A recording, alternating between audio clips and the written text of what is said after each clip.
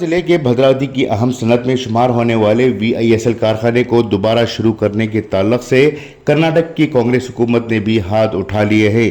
14 جولائی کو اس سلسلے میں بھدراوتی کے رکن اسمبلی BK سنگمیش نے اسمبلی میں یہ سوال اٹھایا تھا کہ کیا VISL کارخانے کو ریاستی حکومت دوبارہ شروع کرے گی؟ اگر شروع کر رہی ہے تو کیا اقدامات اٹھائے گئے ہیں؟ اس پر کرناٹک کے ریاستی وزیر برائے صنعت دستکاری MB پاٹل نے اسمبلی میں جواب دیا کہ اس تعلق سے کسی بھی طرح کا فیصلہ نہیں کیا گیا ہے۔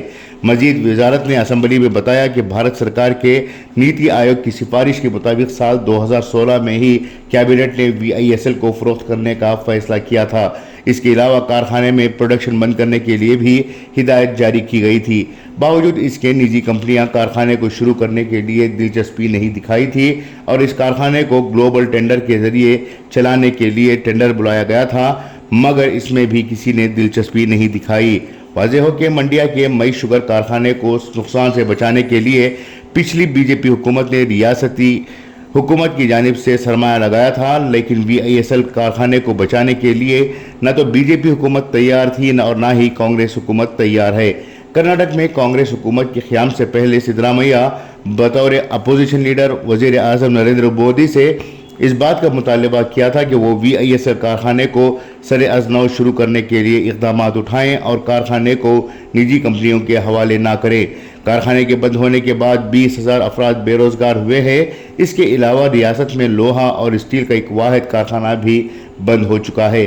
حالانکہ کارخانے کو شروع کرنے کے لیے 150 ایکڑ زمین کی زمین جاری کی گئی تھی، مگر سیاسی رضاکشی اور عدم دلچسپی کی وجہ سے یہ کارخانہ سر از نو شروع نہ ہو سکا۔ حالانکہ کانگریس، BJP اور JDS ہر بار اس کارخانے کو شروع کرنے کے لیے بارہا وعدے اور دعوے کرتے رہے ہیں، مگر کسی بھی سیاسی جماعت کی طرف سے اس کارخانے کو لے کر سنجیدگی سے کام نہیں کیا گیا۔ 1918 میں شروع کی گئے VISL کارخانے کو دیوے گوڑا حکومت کے دوران 1996 میں اسٹیل اتھارٹی آف انڈیا کے حوالے کیا گیا تھا۔ پھر 1998 میں اٹل بہاری واجپئی کی حکومت میں VISL کو پوری طرح سے اسٹیل اتھارٹی آف انڈیا کے ماتحت کر دیا گیا۔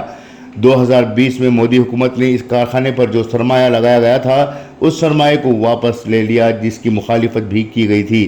اب کانگریس حکومت میں بھی VISL کارخانے کو نظر انداز کیا جا رہا ہے۔ بیورو رپورٹ، انقلاب نیوز، بنگلورو۔